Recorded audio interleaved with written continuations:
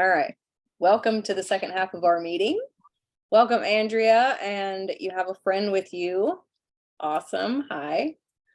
And Kenneth Goolsby. Are you there, Kenneth? If you could type your name in the chat and your county.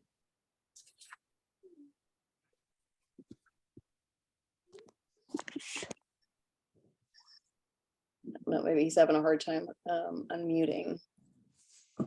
All right, so without further, there he is. Welcome, Kenneth. We can't hear you, so.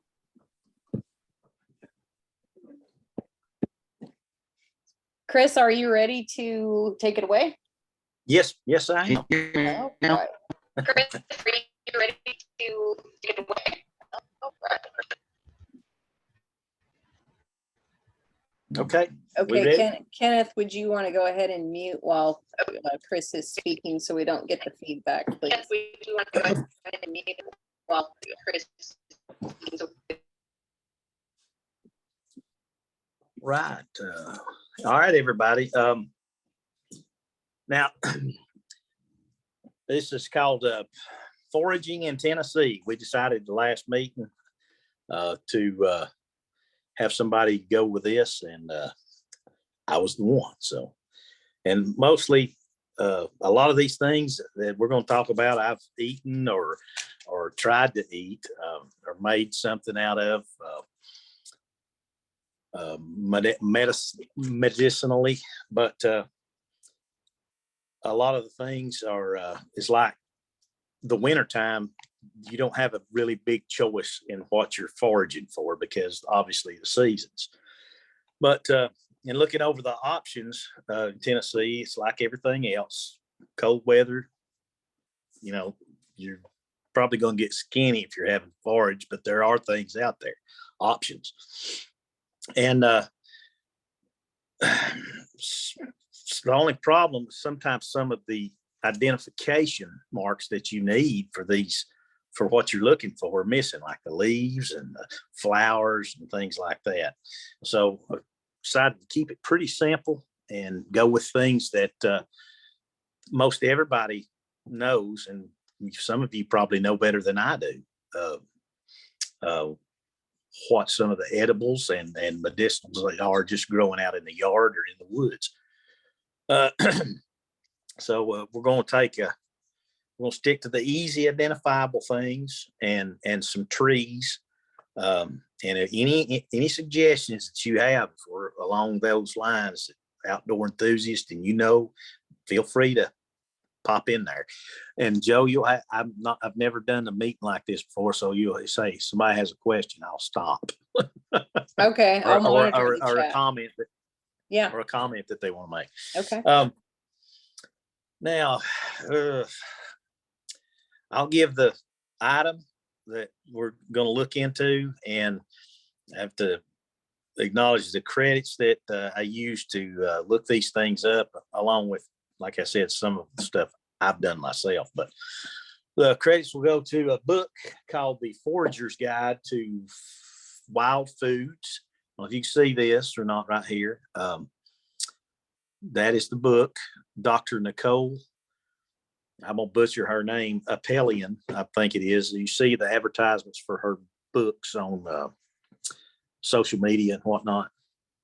And they're really good. They have lots of pictures, which, for me, pictures are good. And another site is online articles called the survivalgardener.com. They had some really good things on there about actually raising your food to forage in the woods, and it was really, really good stuff. And the other one, credit the UT Institute of Agriculture, University of Tennessee Institute of Agriculture. They have a section on foraging in there, and there's so much material that I read till I couldn't do it anymore. So anyway, disclaimer, I'm not I say I wrote this down. I'm not used to disclaiming, so, but I'm not a professional forager or a naturalist by any means. And just remember before foraging to have an identification book or something that you can positively identify these foods, medicines with. And because most all natural plants and fruits have a toxic look-alike. I mean, as I was going through the book and I was like, oh, here's something really, and you look at it and it's like, I'm not sure I know what the toxic one looks like. So she has articles you can go back and forth and see those. But as far as the medicinal qualities of the like mushrooms and fungus and lichens and things like that, there's quite a bit. It's really good. I know some people who are into that sort of natural medicine. Matter of fact, some called me to harvest them some turkey tail. We live on a pretty good sized farm here, and different things. And I'm like, well, show me what it looks like, and I'll go get it. But they make tinctures for their patients, and all their reports from this stuff is really good. But there again, we have to get a medical person, somebody that knows more about medicinal plants than me. So anyway, I've told y'all that don't eat mushrooms. That's the scariest part of this, is identifying mushrooms and the different types. And you'll have one good one and there'll be 5 that looks like that they're toxic. So I mean, if you know your mushrooms, if you know, I know what a morel is, or I know what a bolete is, or things that are really good, that's good for you, by all means. But if you don't know the difference in them, do not eat them, because they're not, most are not fatal, but some are. So with that, we'll get on into it. The first item on the list that I wanted to go through was something I had no idea you could eat. I mean, and you guys probably have them growing behind your house and everything else, is cattails. It's everybody familiar with what they look like? Yes. Okay. Now, according to Dr. Pellion, they grow pretty much anywhere, wetlands, mud, round ponds, and I know you've seen them, the little brown things sticking up. But they're called the ultimate survival food, and the reason being is that they supply you with tons of carbohydrates. When I say tons, I'm saying versus other forage foods. It's not like a potato, but it does give you lots of carbohydrates. And the edible parts of it, you can pretty much eat the whole plant, but it's the most desirable parts are the inner shoots, like say from the ground up to 12, 14 inches. And inside the reed itself, you peel the green off and get to the tender shoot. You can eat it like asparagus. And she calls it rhizomes. I had to look that up. Those are roots. They run like a tuber. If you have cannas or flower in your yard, or a cane brake, they run underground and then pop up. But you can eat those as well. And like I said, I'm a carbohydrate fan. You can tell by looking at me. The flowers are edible too. They come out in the spring, and they do have medicinal properties, although it's not, like some of the other items in here that are like super plants. They help people with kidney issues. That's what she had talked about, and she used the leaves, the big sword-like leaves that are on them, for like something to patch down a wound, a dressing. You go figure. So if anybody wants any comment or anything, go ahead. Yeah, I do, Chris. Can you use the roots? Can you grind them and make flour out of them? I thought I read that somewhere. Yes. Yeah. Yes. This like instant potatoes too. I mean, you could add water to them, put butter in them, but here, there's a lot of those around here where I live. And one particular patch I went to was all gone. The county came in and cut them down. And I was going to harvest some of those little brown things. Yeah. And she says you can eat those too when they're young and in the spring. I thought, I don't know if you've ever tore one of those apart when they're dried out in the fall, but you'll never get them out of your clothes or car or anything like that. It's a nightmare. Little furry things that blow around. Any more comments on the cattail? Has anybody tried them? All right. Well, we'll go on to the next item then. This is one of my favorites. I've pretty much tried every part of this, and most of you have too, probably. This white pine. Everybody knows what a pine tree is, but do you know what a white pine tree is? It has white bark, right? Yeah, yeah, it's silvery looking, and it's a lot smoother than, say, a yellow pine or we call them different kind of pine trees here. I'm not going to say it, but you got all kinds of fir trees and things like that. This is a big conifer with smoother bark than you would see on a yellow pine. It is the long pale needles that are real soft to the touch. They're kind of, I don't know, it's not a typical, you get around a pine tree, how it's prickly and everything else, but it's not quite like that. But an identification in the book, I've got one growing in the front yard. I should have took a picture of it, but it was dark when I got home. But they're pretty common. They're really, really common. The inside bark on this white pine, when you peel the outer bark off, there's another layer of bark. All of you have cut wood at one time or another. Probably not many pines because you don't want to burn that, but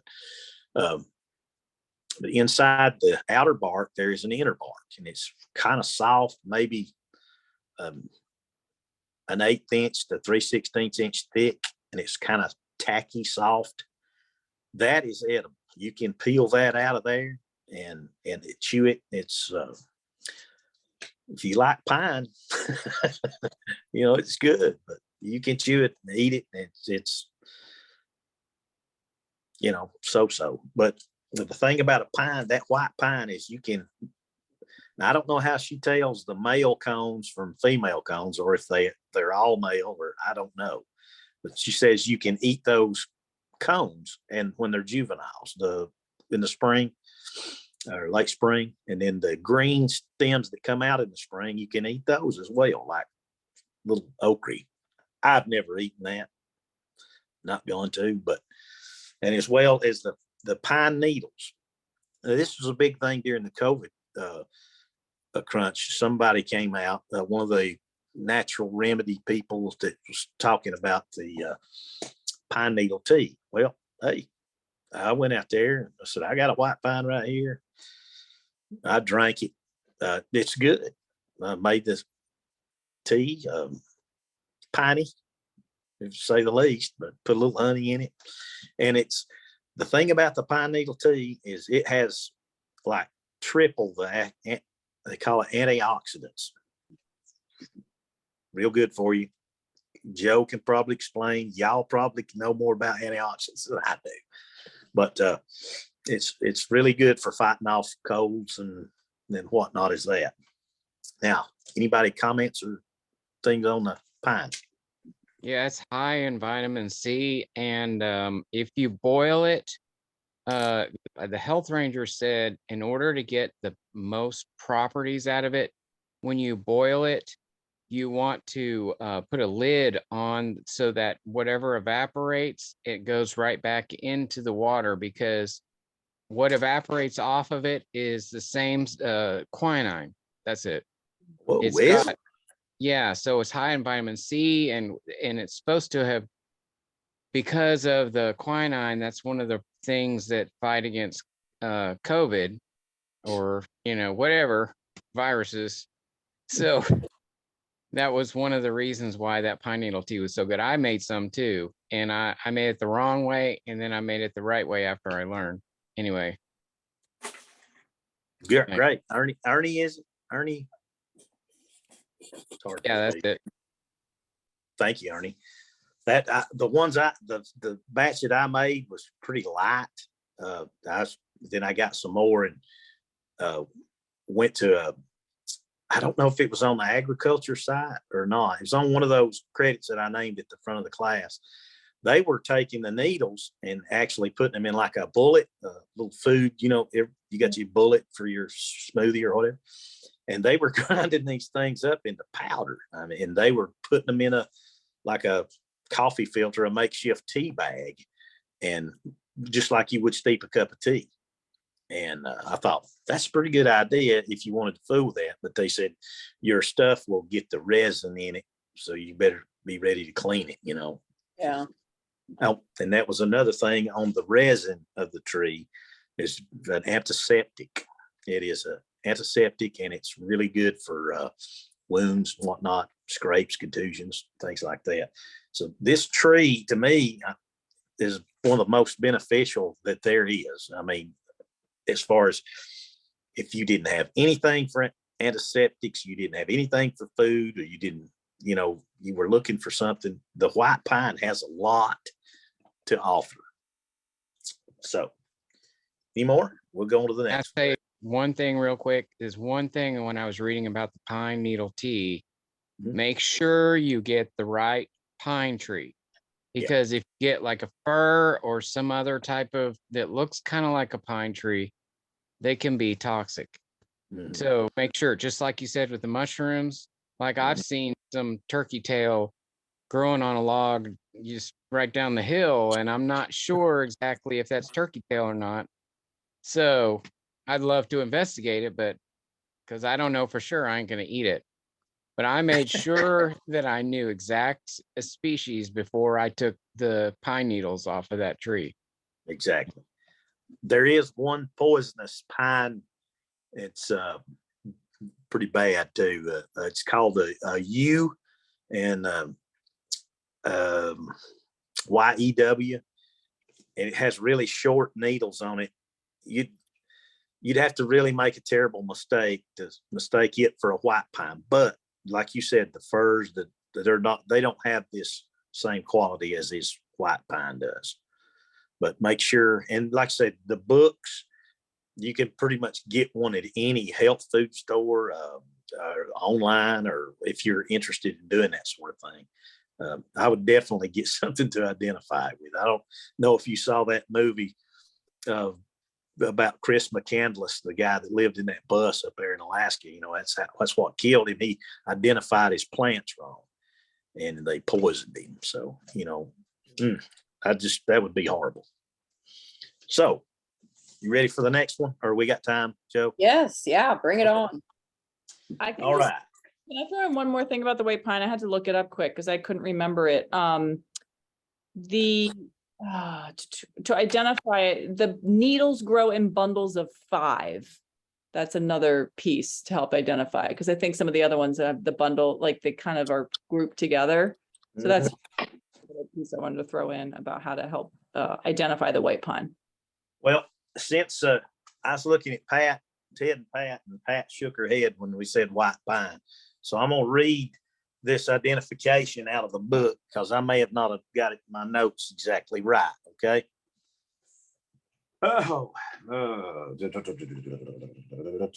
White pine.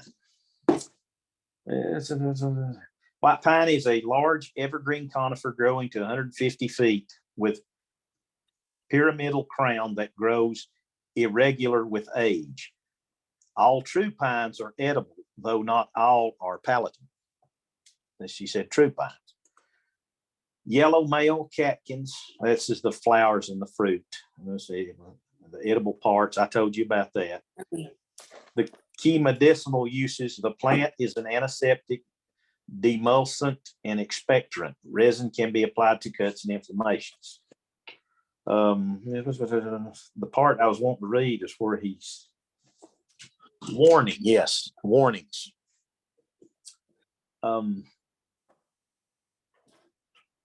The resin and wood of various pine species have been known to cause dermatitis in some individuals.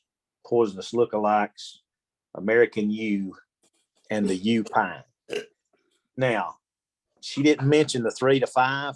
I'm glad you said that, Andrea. But I believe that's right, 3 to 5, the way they come out on the stem. Okay. The resource I found said 5, groups of 5. And I think Okay. Groups of 5. 3. I think there's one pine tree that's 3 and white is 5. Okay. That's my understanding.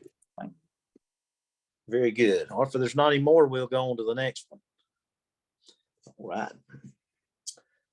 And now everybody knows what an acorn is. An acorn, an acorn.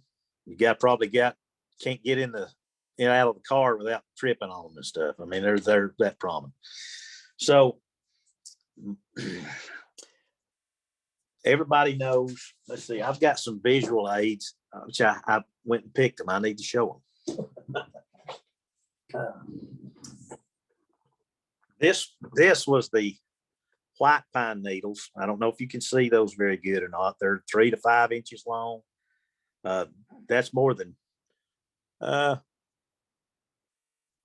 I don't know how many that is, 3 or 4, but that's what they look like. And I know he just held some pine needles, but those are white pine needles. Now, my favorite as far as oak goes is the white oak and also the pin oak. Pin oak is a different leaf. You don't really think of it as an oak leaf, but it has a small acorn that is orange looking fruit on the inside of it. It's actually pretty good. A little bitter, but there's ways around that. And then you got the white oak. This is what the leaf of the white oak tree looks like. Everybody see it? Pretty much. It's brown, but it is fall. And the acorns in size are usually pretty small, 1/2 inch to 3/4 of an inch.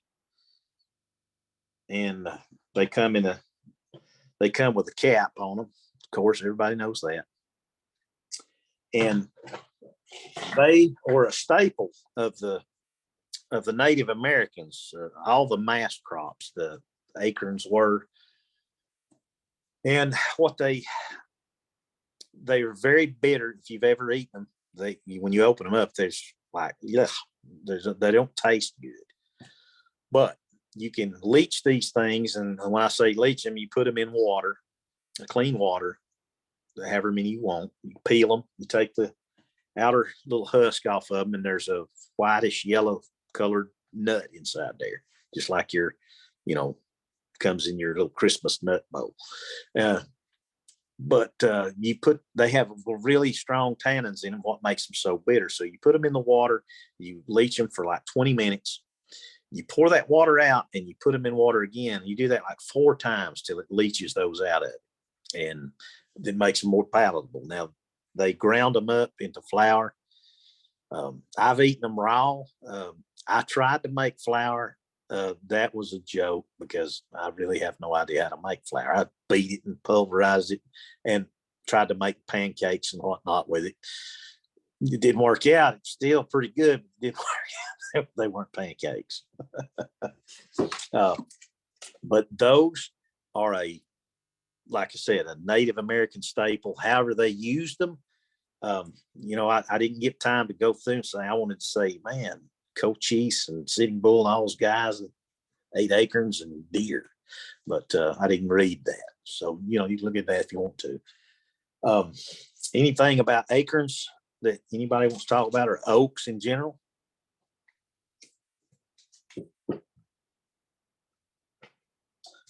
They do have some medicinal qualities, the oak trees. The inner bark is supposedly good antiseptic, And I'm assuming she didn't really say that eating it, but it said diarrhea. I don't know if it gives it to you or if you take it for it. Who wants diarrhea, right? But it's for hemorrhoids, coughs, and asthma. So you take that, and if you want to figure out how to use it for those, I guess carry on from this point. So if it's no more things about acorns, we'll go into the fungus section of the class. This is more, if you got time, or we got time, Joe? Is it? Yeah, we got time. Okay. All right. I've walked through the woods for a long time looking for these things because I see them at work all the time. Hey, there's this and hey, there's that. But I get home, I go looking for them, and I can't find them. But this one thing is called chaga. I know you've heard of it. Chaga.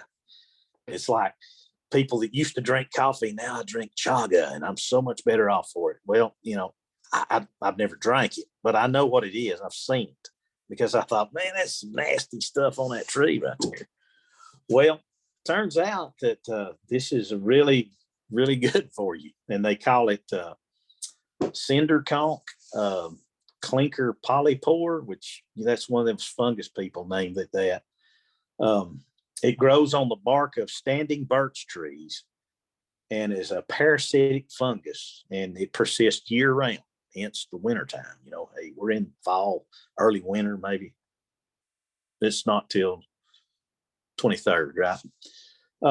So it's a kind of a warty looking, they call it a fissured black conch, whatever that is. And it's pretty good size, from 12 to 13 inches wide, and it sits on the tree. It looks like a fused mass of charcoal.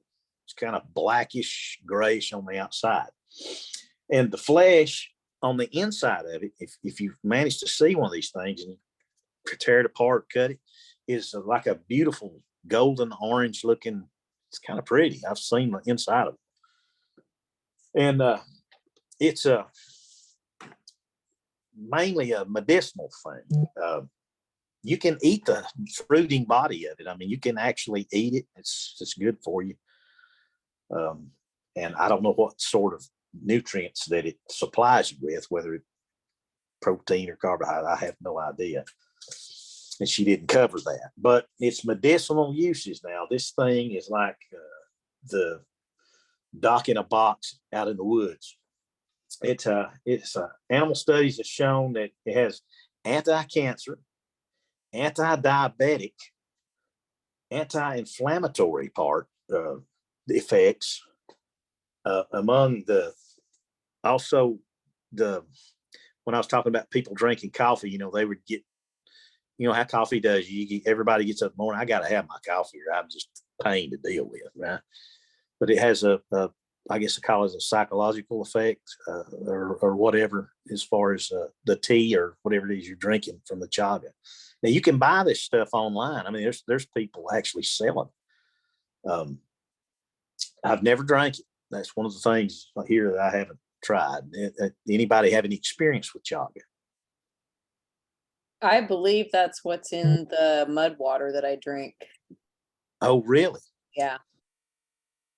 Is that like a brand of That's the water? brand. So it's a blend of some mushrooms and turmeric and cacao, and it's very low caffeine content. So that has replaced coffee for me.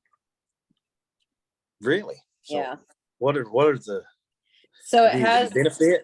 Yeah, it has it has, immune boosting benefits for one, anti-inflammatory with the turmeric, and also mood balancing effect as well. So yeah.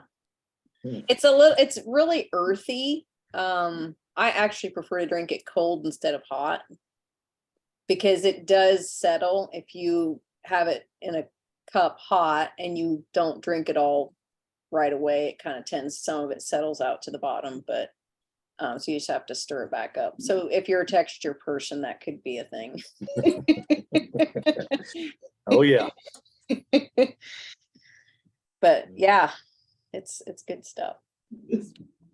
I wonder about the Nice. go ahead.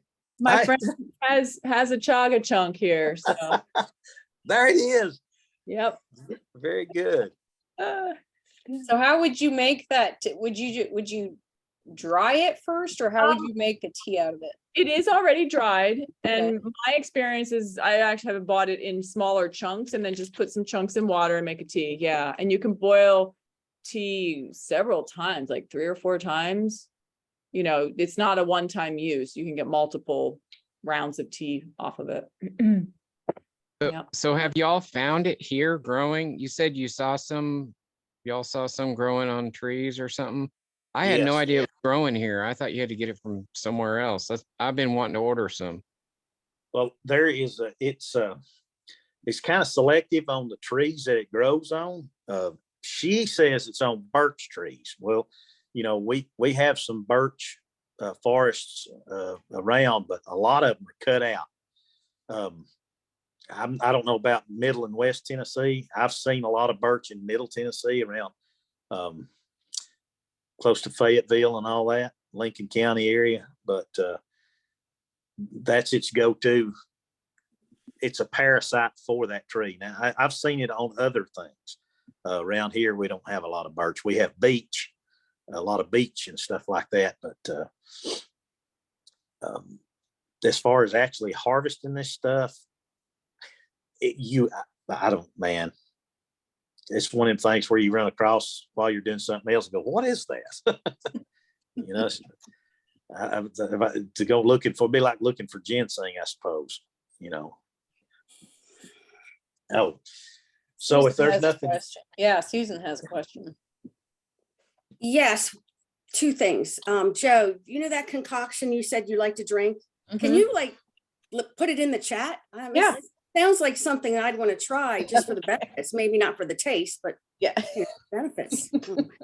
And also this question is for Chris. I've heard that about pine before. I've heard that years ago about pine getting rid of colds. So can people take their Christmas tree, the pine needles off their Christmas tree and do that? Or is it a special type of pine? I think of pine is pine. So well, what do you think? yeah, I would stick with the extreme no on the Christmas tree. I just had to- They're Douglas firs. They're yeah. anything from cedars to whatnot. You Mhm. stick with the white pine if you having any issues with identification of a white pine. I mean, I got some needles, but it really doesn't. You need to really know what the white pine looks like and what it is, and Mhm. because yeah, there are some toxic lookalikes, and that bothers me when you get Mhm. around. When I start There's- picking stuff off the ground, is that poison dirt or is this good dirt? And another thing is pine is not meant to be kept indoors. That's why there's so many house fires at Christmas. Pine is not meant, pine has to be outside where it can breathe. Once you bring it to the house, that's not good. Yeah, they Did don't you make know that? Christmas trees with pine trees. I don't think. Mhm. But there's some really good videos on YouTube on making your own pine needle tea, and they'll help you identify what Oh, is yeah, okay. the tree Mhm. to look for. Mhm. Luckily, I got one right up the hill here, so Yeah, when in doubt, Google it, right? Or go it. Mhm. Okay, got one more item if there's time left.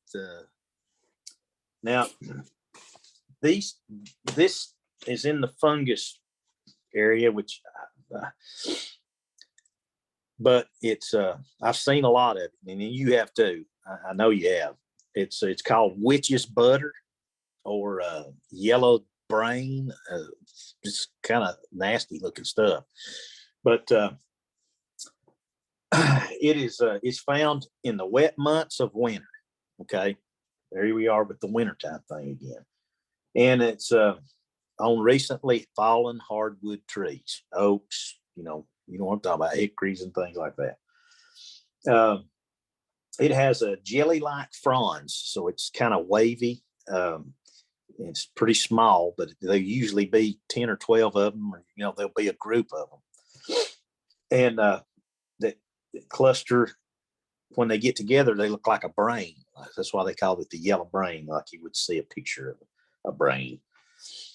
But they're kind of greasy, and the outside of them, the fronds are edible. Now, the name is by far witch's butter. It has nothing to do with butter, because when you put it in your mouth, it gives like a minty cooling sensation. It's kind of cool. The double mint, but and its medicinal qualities are pretty impressive for just some kind of junk growing on the side of the tree. It's known to help with improved circulation. It has anticoagulant properties. Now, I had to look that up. I know what it means, but I couldn't explain it. Anticoagulant, it's like if you get bit by a snake, your blood coagulates. It turns into gelatin. And this is anticoagulant. So it does the opposite. It thins your blood, which anybody that's had family with health problems, and one time or another, somebody's been on blood thinners. You can pick these things all the way through the year. I mean, if you could find them. And they can be eaten there, or you can dry them, and they put them in your soups and stews. There's all kinds of need for them. But the only thing I've ever put into a stew that's come out of the woods is a filet. But I haven't tried that.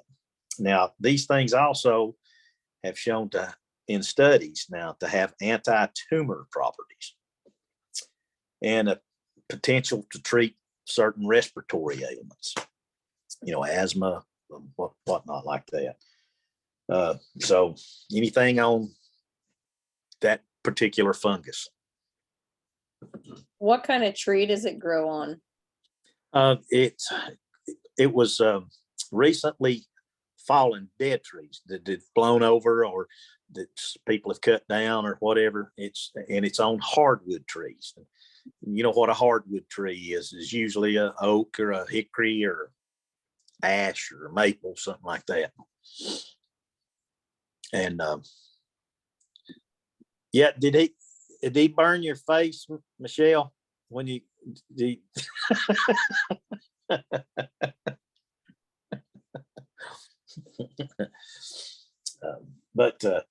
That's what they're found on. Very interesting. And what's the official name for it if I wanted to look it up? I'm not good at reading Latin, but I'll give it a stab. It says, this was without glasses.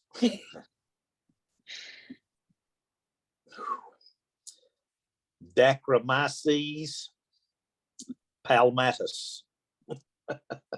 No, it's called witch's butter in her book, witch's butter or yellow brain. Interesting. Mm-hmm.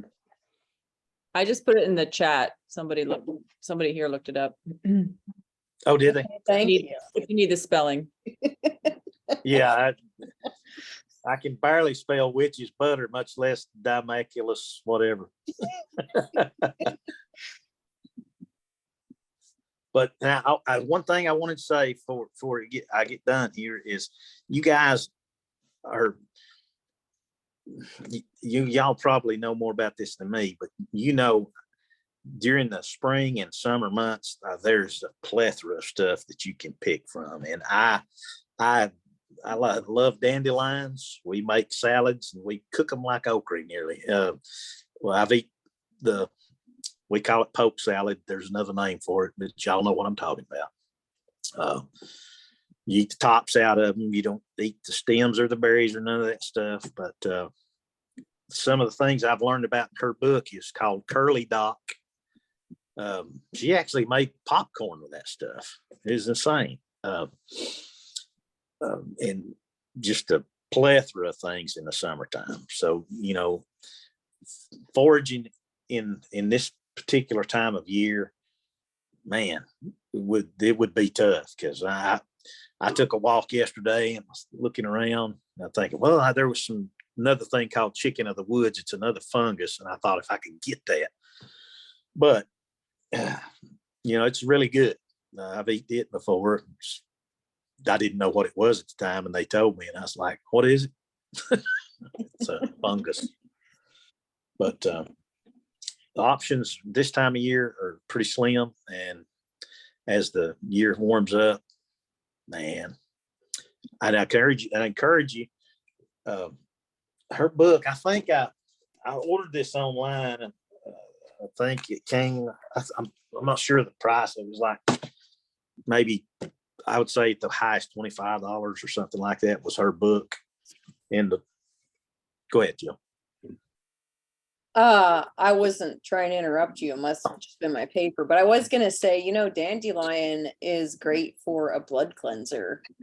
I just found some books at the Amish store last week. I was so excited. One of them was called Backyard Pharmacy, and it's really easy to use because it's alphabetical order, the plants that it lists, and things like burdock, in the Midwest where I grew up, that was considered a pest, and we sprayed it and cut it and tried to get rid of it. But it has a ton of medicinal properties. You can use the leaf for a covering for a burn.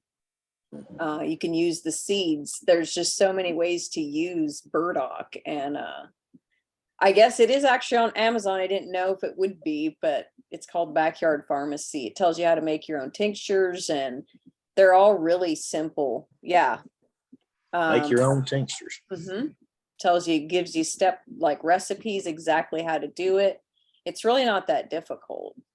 Most of the stuff you just steep in vodka or something like that.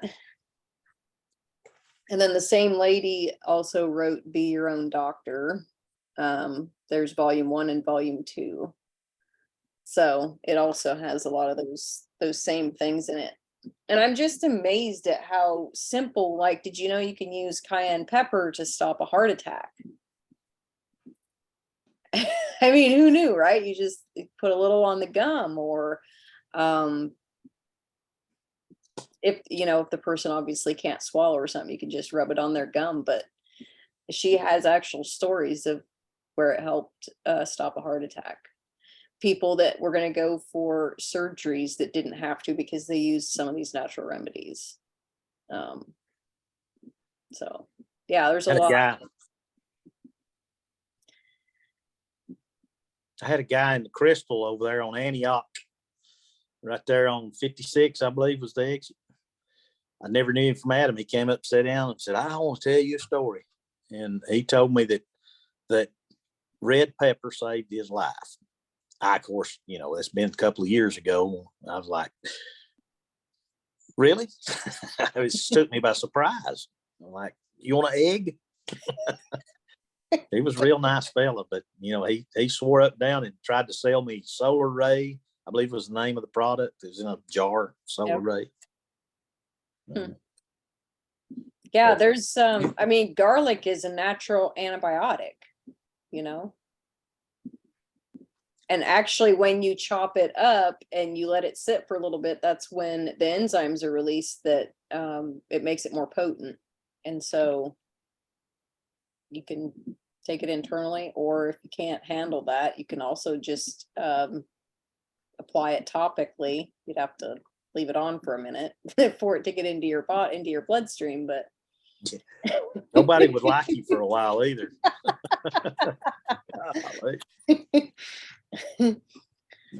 So can I say something real quick?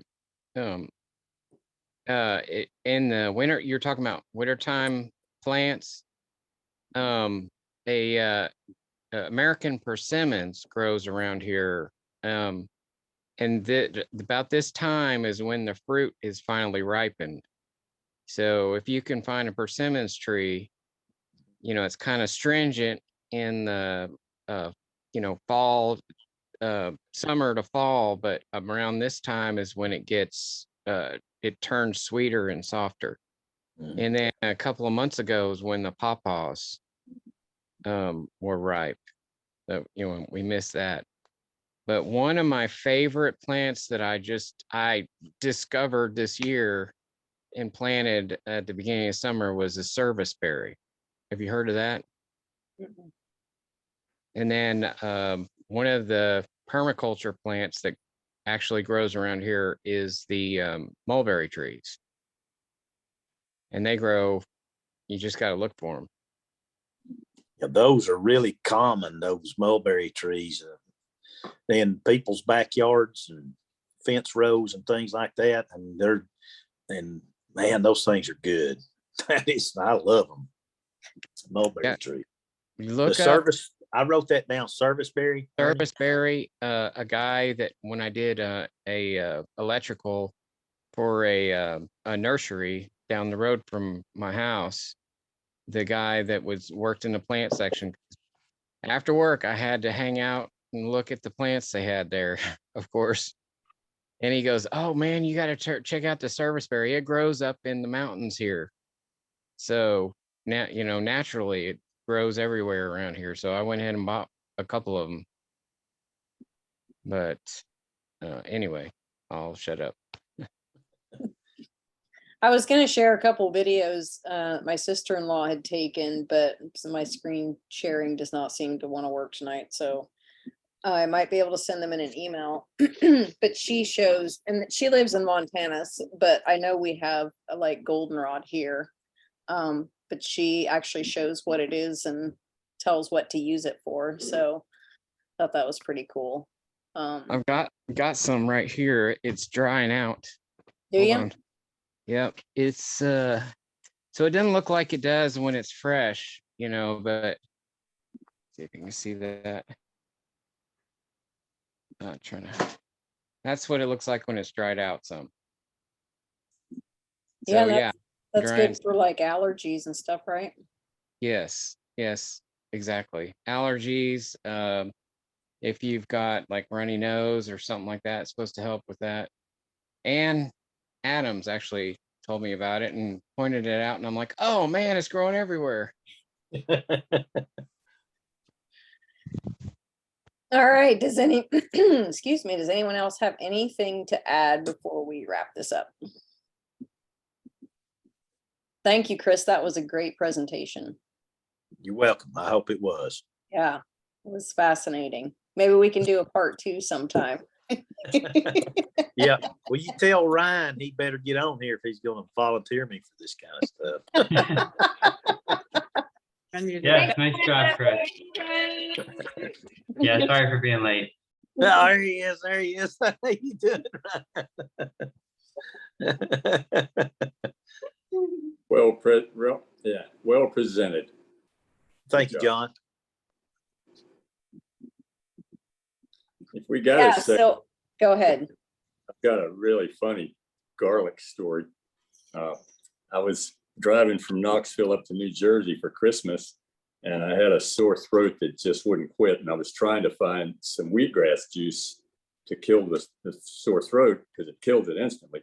And I got into a little town called Bethlehem, Pennsylvania, on the interstate heading over to New Jersey. And my throat was killing me. So I stopped in this little Italian restaurant and got something for dinner. And they served chopped garlic to dip your bread in, And I thought, well, I can't, my throat was killing me. So I thought I'll just put some garlic on there instead of the wheatgrass juice because I don't want to show up, where I'm going and get everybody sick with a sore throat. So I ate a teaspoonful of this garlic with the oil. And then after that, I thought, just in case I better. So I ate, I think 2 or maybe 3 teaspoons full, and it soothed my throat. So I finished dinner, got in the car, drove over to New Jersey, and I walk into my mother-in-law and father-in-law's house, and they're all sitting in there. And I didn't even get in the front door, and they're all getting up like, what the hell do you do? I'm freaked. And I cleared the whole house out, like when I just walked in the front door. And so I finally went upstairs and just got into bed and put the covers over my head so I'd kind of, keep from killing everybody. And I reeked for like 2 days. It was coming out through my pores, but got rid of the sore throat, but got rid of all my in-laws too. I'd swear by that. It's good for a lot of things. So moral of the story is if you have family you don't really want to be around this Christmas, Yep. you know what to do now. Yeah. Christmas is here, right? Hey. Oh, God. Hey, I was just remembering there's another thing, something that the black walnut that grows everywhere around here. The peel, from what I was told, the peel is a dewormer on the black walnut. Yes, I read Yeah. that. You can, something I've been wanting to do this year, if I can remember to do it at the right time, is you can drill the tree for sap and make black walnut syrup. And like maple syrup is 4 gallons to 1 gallon of syrup. Black walnut is only 5 gallons to 1 gallon of syrup versus like beechwood is like 10 or something like that. Some of the other trees are like, so it's the closest one to maple where you can get the most syrup out of it. But the Black black walnut is also good for remineralizing teeth. Oh, really? Yeah, helping with oral cavities and things like that. Well, like what part of it? Just the sap or the? No, not the sap. It was the walnut itself, and I forget. It talked about it in that book how to do all that. I might have it actually in this one here. I've read a lot of stuff. I can't remember. Thank you. Remineralizing teeth. Yeah. Something I'd be interested in. Well, it goes to show you that money and pharmaceutical people have gotten away from, hey, let's just make something out of these petroleum byproducts and, sell that, whether it helps or not. Yeah, I mean, pharmaceuticals were never really created to help people. It was a money-making thing and trying to steer people away from the good stuff that actually does help. That's why there's warnings on a lot of stuff that's actually helpful, but they don't want you to use it, so they scare you into thinking it could kill you, right? Yeah, the Rockefeller Foundation is what actually funded the doctors into re-educating them into the petroleum-based medicines, and they actually pushed out all the natural remedies. That was actually their plan. That was done all on purpose. Yeah. Well, I'm glad that we still have these books and resources available that we can use. I was shocked to find that on Amazon. One more thing, Joe. Yeah. I want to tell Ryan thank you. That's what I really want to tell him, because he made me step out of my little box and go out and do something, and it wasn't just him, but I wanted to thank him for offering, for me to do that. Thank you, I'm like, Ryan. you did a good job. Yeah, you did an excellent job. Are you on Telegram and I say this to anybody there, if you have some good books that apply to this subject, share it on the Telegram channel. And that's a good way I can at least keep track of it. Yeah, and also on this Hub that we had talked about in the committee meeting, is another great place. Chris said he'd share some photos and stuff in there, so. Okay, our next meeting is January 12th, same time, 6 p.m. Central, 7 p.m. Eastern, for the committee part. And Michelle is going to be presenting on the book Brain Saver. So I know. What was it? Kind of general. Brain Saver. So Michelle, can you elaborate on that just a little bit?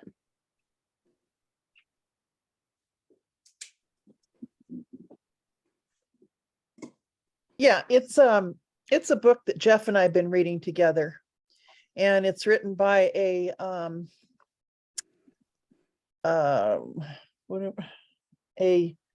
medical no, what?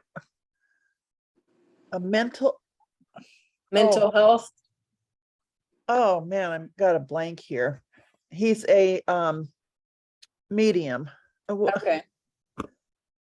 What's this? You know what I talked about this last We time. Now, did talk about it last time. I was just looking more. somebody help me out here. Mhm. Is he talking, Anyway. are you talking about foods that help with mental health or? No, it's a, let me grab the book real quick so I can be sure what I'm saying. I'm gonna go ahead and stop this. She recording. said, I believe